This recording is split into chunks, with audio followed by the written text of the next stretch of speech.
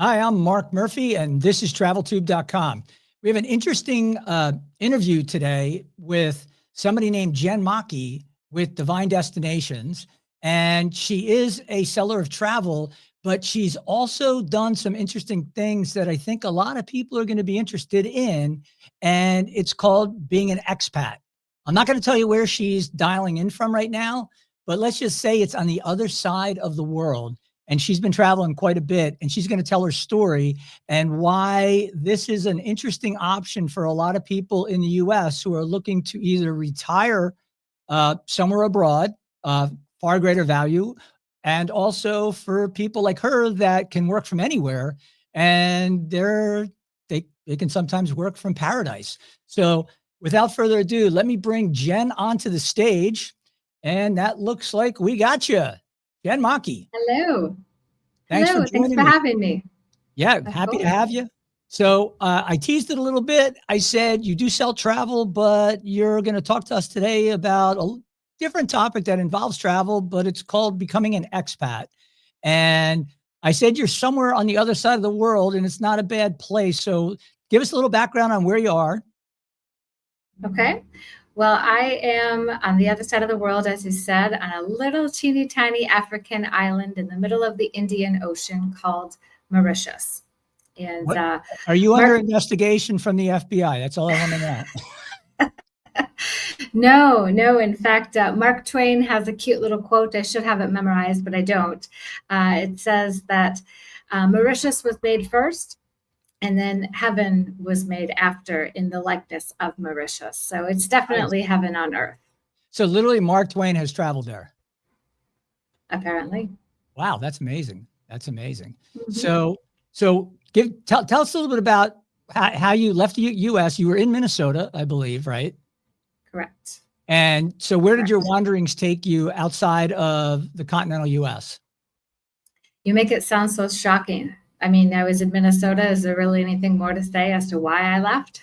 Well, no, but hey, woo, yeah, woo, Yeah, Mr. Governor. Sorry for all the people that love Tim Walz. exactly. I Yeah, apologize. tampon Tim. Yeah. Exactly.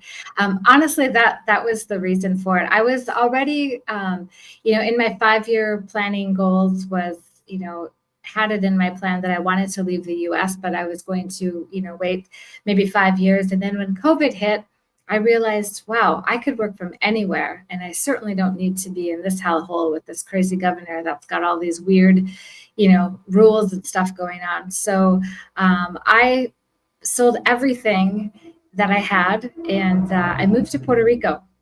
And I thought that perhaps Puerto Rico would be a great option. It's in the Caribbean. I always wanted to live in the Caribbean, but at the same time, it was still U.S. So it was a nice little stepping stone. I could still receive mail. I could still order from Amazon. We still had brand names like I don't know, Costco or Best Buy or whatever you want to do that makes people feel like, okay, we're still at home per se.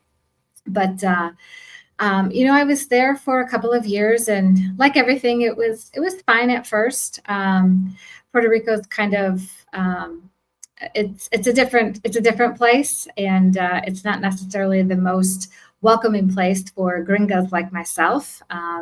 It's very interesting, the history that goes back with Puerto Rico, but um, at the same time, the real estate was booming, and I had actually purchased a property in Puerto Rico, and I was like, I could stay here because I was saving a ton of money on taxes by being in Puerto Rico, but at the same time, I could make a lot of money if I just sold everything and moved again. And I thought, what the heck? The world is big. Let's do it. So I sold once again everything that I owned in Puerto Rico, and then I moved to Panama, specifically to Panama City. And basically, I just brought my clothes and my toothbrush because I rented a fully furnished apartment right in Panama City, right on the ocean in the Trump Tower, and overlooked the beautiful ocean and sunrise every day, and lived the good life in Panama City for a few years. So And let me ask I did you. that. Yeah, let me ask Mhm. you. So in Puerto Rico, your total tax rate was, I think, around 4% because of the move there, right? Correct. As Yeah, and you opposed don't pay to, any federal. yeah, Mhm. that's what I'm talking about. So like your entire, like the max you're going to pay is 4%, right, on your income, give or Um, take. give or take. I mean, it all depends on how crafty your accountant is, I guess. But I got you. yeah, they've got some good programs down there. But the biggest savings was that there's no federal income tax, Yep. and yeah, it's a whole program that you have to apply for with the tax decree. But in the end, I wanted to travel, and there's a lot of rules that go along with that. And one of Yep. the rules is that you have to be a bona fide resident of Puerto Rico for at least 6 months every year. You And literally have to to be, be you have to honest, be on island for 6 months, correct? correct. Yeah, Yeah, exactly. I And got you. my wandering soul couldn't do that. I could Mm. not commit to a place for 6 months like that. So I moved to Panama City, and one of the workarounds with that to, again, not end up paying so much in taxes was that as long as I could commit to not being within the U.S. for more than 30 days a year, then I could file for the foreign earned income exclusion. So that was definitely not a problem to stay out of the U.S. The dumpster fire was getting bigger and bigger under Biden, and so that was no problem to stay away. Panama City was great, absolutely loved it, and I miss it, honestly. I do miss it. The modern conveniences, the people, the fresh abundance of fresh fruits and vegetables and all of that. It's really a great, great place to be. It's very undervalued. I think a lot of people still mistake it as being under Noriega's power and control, because that's all my clients ever said is, "Oh, are you safe?" Very, very safe, extremely safe city. And there's a ton of Americans that have relocated there, aren't there? Yeah, unfortunately, that's why I left, because it's beginning to feel like America. So All right. I packed up everything, and I took literally 2 suitcases. That's all I have, 2 suitcases, and I moved to Mauritius last June. All right. Now, how did you pick Mauritius? Because that's not something that most people could spell, let alone pronounce, let alone think about going to somewhere in the middle of the Indian Ocean. Exactly. So I was reading up on the top places for expats to live. What was the business climate like? What was the taxes like? Things like that. And I was listening to a lot of podcasts and reading a lot of blogs. And Mauritius actually was on the list. And I was kind of ashamed that being in the travel business for almost 20 years, I'd never heard of it before. So I started doing my research and realized that it was an absolutely beautiful island, and it had a lot to offer, a lot of potential because it's still, growing and emerging. And I said, what the heck? I'm going to try it and see what it's all about. So last fall, I came here, actually, I guess 2023. I came here. I went on an African safari first, and then I hopped down to Mauritius. It's about a 4-hour flight from Cape Town, and came here for a couple of weeks to check it out, and fell in love. So I flew back to Panama City, and decided that when my lease was up with my apartment, that I was going to make the move, and I did. So from a travel standpoint, it's a challenging place to get to from anywhere in America. East Coast is a little bit better, but total travel time is probably in the 25 to 30 hour range if you're going straight there, correct? Well, they say if paradise was easy to get to, everybody would go there, right? Yep, true. So what would you, So, if someone was so going to put total. together, yeah, a trip Oh, there? I was going to say for total travel time, I don't know, because I'm the type of traveler where I will always book, when possible, a really long layover to get an extra mini vacation in. So, for example, you could go anywhere in the US to Paris on Air France, and then you could do a nonstop flight from Paris down to Mauritius. That's one option. Turkish Airways also does nonstops from Istanbul, and you can also do a nonstop on Emirates from Dubai. Got it. So I would also recommend, if you do the Turkish Airlines, I think what I found with Turkish Airlines is you tend to get the best value, is what I see For sure. typically when I'm going Absolutely. that part of the world. And also, what's neat about you fly into Turkey, into Istanbul, and if you're a history buff, man, hopping over to Malta is an easy hop. You go do that for a few days, then you come back, maybe spend a day or two in Istanbul again, and then head off to your lovely place. So what tools do you use to try to figure out if you're thinking about this? If people are thinking about this, obviously talking to someone like you that's experienced, who's actually done it, is very helpful. There are other folks out there. I know I see a guy, he's kind of probably like a 40-year-old guy who does the whole thing about having to get a foreign passports, how to do the expat life, et cetera. He talks about the benefits. You can go on YouTube and look it up. But how did you research it, and how did travel play a role in that for you? Well, I would say that I definitely did a lot of research, and I read tons of books, follow people online that are in that space.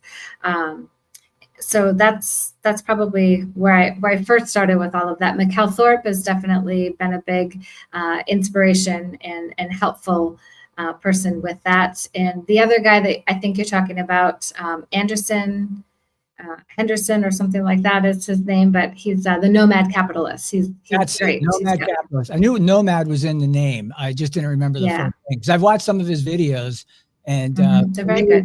Yeah, for me, I can't get out of the U.S., but except for travel. And lately, I've got a new black lab that is smothering me. So it's hard for me to even think about being away from my dog, because I feel like you don't have his resting pillow, for his movie time, et cetera. But with that said, what would you tell travel agents about maybe even getting into this space? I know that you're not actively in the space, but it's an area that you could actually help people. And the way I see it, and tell me if you agree, the way I see it is you could, if somebody's talking about obviously relocating somewhere, it's not permanent. You can always come back unless you renounce your citizenship, which you haven't done. But if you wanted to do it, no, you're not doing that. Oh, maybe, who knows? Who knows? You never know. And that allows you, just to clarify, if you did, you'd be able to come back for what, 30 days a year? If I renounced? If you renounce, you could still come back, but it's limited. I think it's 30 days a year, but I'd have to fact check that. Yeah. So, I have no idea. I haven't looked at it too much. All right. So if someone's thinking about, exploring this opportunity, would you send them to different places, plan different itineraries for them to explore multiple places based on their needs? And then from that trip, they could come back and they could kind of put it together and say, hey man, out of those 5 spots or 2 spots or whatever, this is the one that I think is best for me. Is that the best way to approach it? Because that's kind of how you've done it. You've kind of gone out on an Exactly. basis. Yeah. Exactly. I mean, that's how I did it with Puerto Rico. I just flew to Puerto Rico and rented a car and drove around the different places, rented an Airbnb in the neighborhood that I thought I would be interested in. And lo and behold, I did actually move to that same neighborhood. But when clients call and ask for things like that too, it's usually the older clients that are thinking about being snowbirds. So, they've thought about going to Florida, but they realize that everybody's doing that and it's very expensive. So, they say, maybe you could help us find a place in Mexico. Let's try that first. That seems like an easy option. I've heard a lot of really great things about that. And that's what we'll do is we'll book something in Mexico, not necessarily Cancun proper, but, maybe they'll do like a month, but split it up between, 3 or 4 different destinations within Mexico. And we've done it that way before. And they come back and say, that was fun, but actually, no, I don't think, I could live like that. Or, I miss some of the creature features of back home. It's not for me, but but that's the only way that and that's the good thing is it's okay. You can always go back home. So maybe you don't necessarily want to sell everything and burn the boats, as they say. But for me, that was fine, and I was happy to do that. So places that come to mind when you were saying that are like the colonial cities, places like Merida. A lot of people like that because it's quaint. It's a short drive to the beach. It's great real estate prices, fascinating architecture. But again, you're probably going to need to learn Spanish or Spanglish. And Yeah. yeah, and I understand that because culturally that's a big shift for folks. Is that the biggest thing, the cultural shift for folks? Yeah, and language can be an issue. I mean, not everybody speaks English, and that's okay. But we need to lose the mentality as Americans that, well, everybody should learn English. And the other thing that we need to learn is that if we leave America, don't expect to have American things and American lifestyle in your Mm. new place.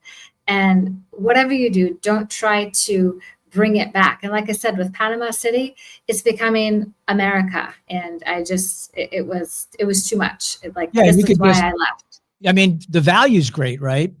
So it's like Yeah, getting, so, exactly. so today you would say in Panama City specifically, it's more like Mhm. moving to a value destination in in a city in the States, because it's a lot of high Yeah. rises, right? Yes, I exactly. Yeah, a lot of high rise, a lot of apartment buildings, but great amenities, Mhm. great restaurants. And what would it cost you Sure. to rent, let's say, like a 2 bedroom, 2 bath, high rise, beautiful. I mean, we're talking like doorman and all that.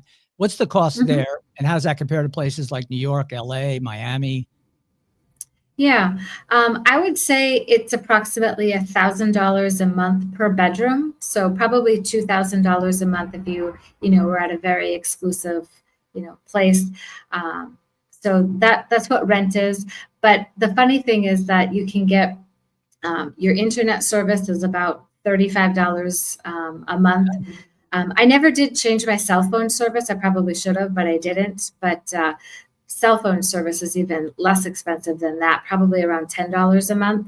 Um, and again, with your rent, all of your water and that is included most of the time. Sometimes your electricity is separate, and that is expensive, but it's not nearly as expensive as one would think. And it doesn't even make that big of a difference when you can get everything else so inexpensive. All So right, so it's why totally are worth cell it. phones so crazy expensive in the US? What's up with that? I mean, I have no idea. it's It's like mind 100 blowing. bucks a month, Absolutely. easy. 100 bucks a month for a cell phone, for like a plan that someone like me would use. Exactly. Wow. Yeah, I bought a new phone before I left to come to Mauritius, and my cell phone service here is about $6 a month, and That's that includes crazy. Wi-Fi, Now, unlimited for the month. is that supplemented by the government? Is that why in these places? I don't know. It makes sense that it would be, but I honestly don't know. I'm thinking maybe because the infrastructure for the old landlines wasn't there, and then in order to get this going, and they want everybody to have connectivity, maybe Mhm. that's the answer. Maybe that's the answer. So I don't know. I know. Maybe somebody that watches this can tell us, because right now I'm just throwing a spitball out there. So Yeah. what? So if you were gonna let's say somebody watches this, and let's say it's another agent, because the idea Mhm. behind travel tube is to bring the collective wisdom of people like you and all these other great travel advisors and travel agents into a space where you can share amongst yourselves, but also it's a dual audience because consumers can come. It's the internet. If they want to come to traveltube.com, and we're going to be promoting it, they can learn from Mhm. folks like you. And if they wanted to reach out to you, where should they go to learn more about you and what you do in travel, and then go from there? Well, of course, the easiest thing is to go to the website, which is mydivinevacation.com. Okay. Um, that's easy. But I'm still kind of old fashioned in the sense that I just love to talk. So why not head over to bookacallwithjen.com, and we can just find a time that works for both of us where we can chat more about it. I'd love to talk about my journey, the ups and downs and otherwise, but mostly just to encourage people to take that leap to do it, because it's for so many people it's the fear of the unknown. But like you say, when you have that in the background, knowing you can always go back home, nothing is forever. That's totally fine, and helps it be a little bit less intimidating. But the other thing is that because I am on the other side of the world, it works better to book a call with Jen, because otherwise Jen very well might be sleeping when you try to just call. Right, right. And that probably helps you too, because a lot of times when people have a problem when they're traveling, it tends to be at strange hours, right? Exactly, And exactly. So I absolutely love that because if, clients have an issue, like you say, 3, 4, 5 a.m., no problem. I'm definitely awake and able to answer the phone, and they're so relieved to be able to do that. I mean, of course, I don't necessarily tell them where I am at, but they think I'm a rock star because I'm answering the phone, and I can help them. But the other thing is that I'm able to work and send out the quotes, send out the communications, do the things, basically while the clients are sleeping. So I'm not constantly being interrupted with phone calls and immediate response emails and things like that. So I'm able to work and then push it off to the client, and then I can go to sleep. And then when I wake up in the morning, I see all the invoices paid. I see all of the, requests to move forward. I see all of the things done while I was sleeping, and it's a beautiful feeling for sure. I feel so much more productive, being here versus when I was in the same time zone. I got to be honest about that, and I love that part.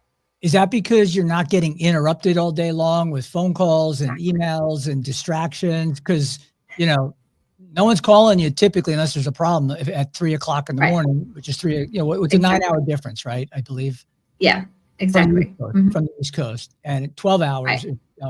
if you're on the West Coast. So Exactly. awesome, awesome. Well, Yeah. these are really cool insights. You make me want to get out there and travel more. And as a guy who basically semi-retired, sort of retired, I became more of like a Yeah. anti-COVID policy activist after selling my company instead of just relaxing, because of all the things I saw happening in the US and around the world, lockdowns, your business can stay open. You're essential, but the government says you're not essential. And man, Right. I think that that's obviously one of the main reasons why we have a new administration, and they're not wasting any time. So maybe we'll see you back here living in the US, maybe not, but we know that you're a world traveler and you get all over the place. And I think you're exactly why for the last, I don't know, how many years I've been doing it, 15, 16 years, going on TV, talking about travel stuff. That's why I Mhm. always say, listen, if you want the best travel app, it's a human app. It's called a travel agent. If you're looking for travel tips, I can tell you this, but boy, talk to the real travel experts, travel agents. And that's what we're doing on Travel Tube, featuring folks like you. And I look forward to welcoming you back, Jen. And if you want to get in touch with Jen Maki, Divine Destinations, mydivinevacation.com is the URL. Book a call with Jen.com. Is that Yep. all right? We got You that. just want to chat. Book a call with Mhm. Jen.com. And I'll get all that in the description for you, for folks. So it makes it easy. And I look forward to bringing you back on. If we want to talk about different travel products that you're excited about, that you've been getting a lot of interest in and great customer satisfaction from, give me a couple of your favorites, destinations, products, whatever. Yeah. I would say some of the newer Caribbean islands that maybe Americans haven't really thought much about, other than maybe they stop for a day or two on a cruise, such as the ABC Islands, specifically Curacao, has been very, very popular. Also, European river cruises. Specifically, I was just on a Christmas market cruise here back in December. So I think everybody who thinks about Europe and thinks about the iconic, Christmas stories and all of the Christmas books, and you can't help but think of Christmas markets with that. And also, one of my personal favorites, of course, is the Big Five safaris. So that's something that I'm definitely going to be featuring a lot more this year. Now that I'm here in destination, is doing the Big Five safari, and then coming over to Mauritius for a beach vacation in the end.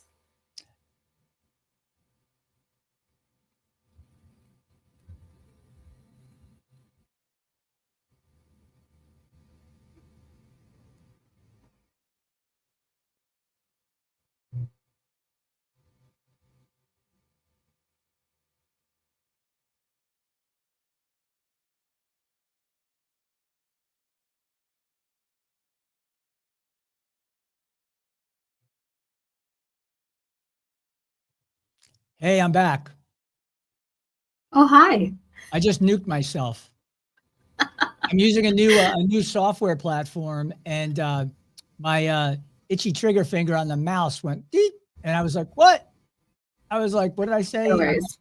What did you hear? What I said? Nothing. I'm trying to keep it clean, so I cursed a little bit, but I was off stage, so Oh, that's good. That's good. perfect.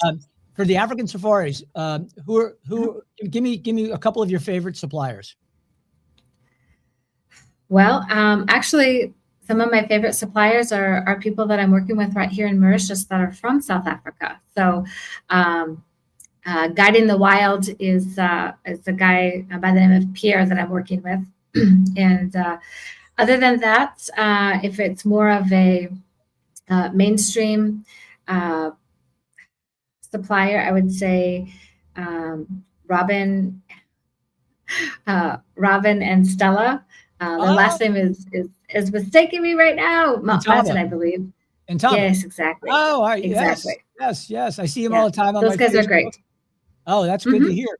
I remember we worked with them at my old company that I had started back in 2002 when they literally were just Okay. getting going.